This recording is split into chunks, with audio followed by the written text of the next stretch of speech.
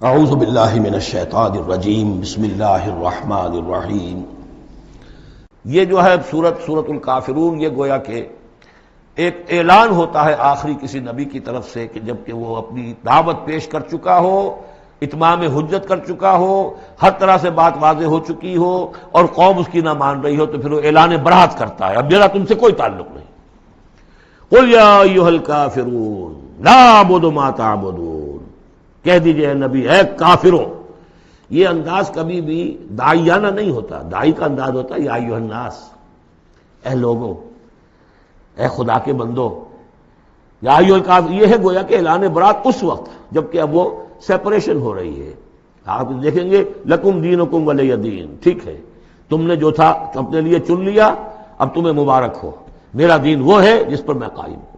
تو گویا کہ اب تمہارے درمیان ڈائلاگ بھی ختم ہے۔ قل یا ایھا الکافرون لا اعبد ما تعبدون، میں ہرگز پوجنے والا نہیں اس کو جنہیں تم پوجتے ہو، ولا انتم عابدون ما اعبد، نہ تم پوجنے والے اس کو جسے میں پوجتا ہوں۔ اس میں نفی ہو رہی ہے۔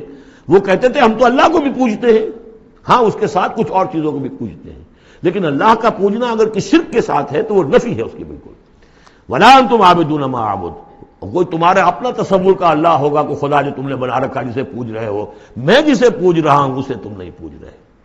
ولا انا عابد ما عبدتم، اور نہ ہی میں ہمیشہ آئندہ بھی کبھی بھی پوجنے والا ہوں اس کا جس کی بندگی تم کر رہے ہو۔ ولا انتم عابدون ما اعبد، نہ تم پوجنے والے ہو اس کی جس کو میں پوج رہا ہوں۔ لکم دینکم ولی دین، اب میرے اور تمہارے راستے علیحدہ ہو گئے، تمہارے لیے تمہارا دین، جو طریقہ تم نے اختیار کیا ٹھیک ہے، تمہیں مبارک ہو، میرے لیے میرا دین ہے۔ صدق اللہ العظیم۔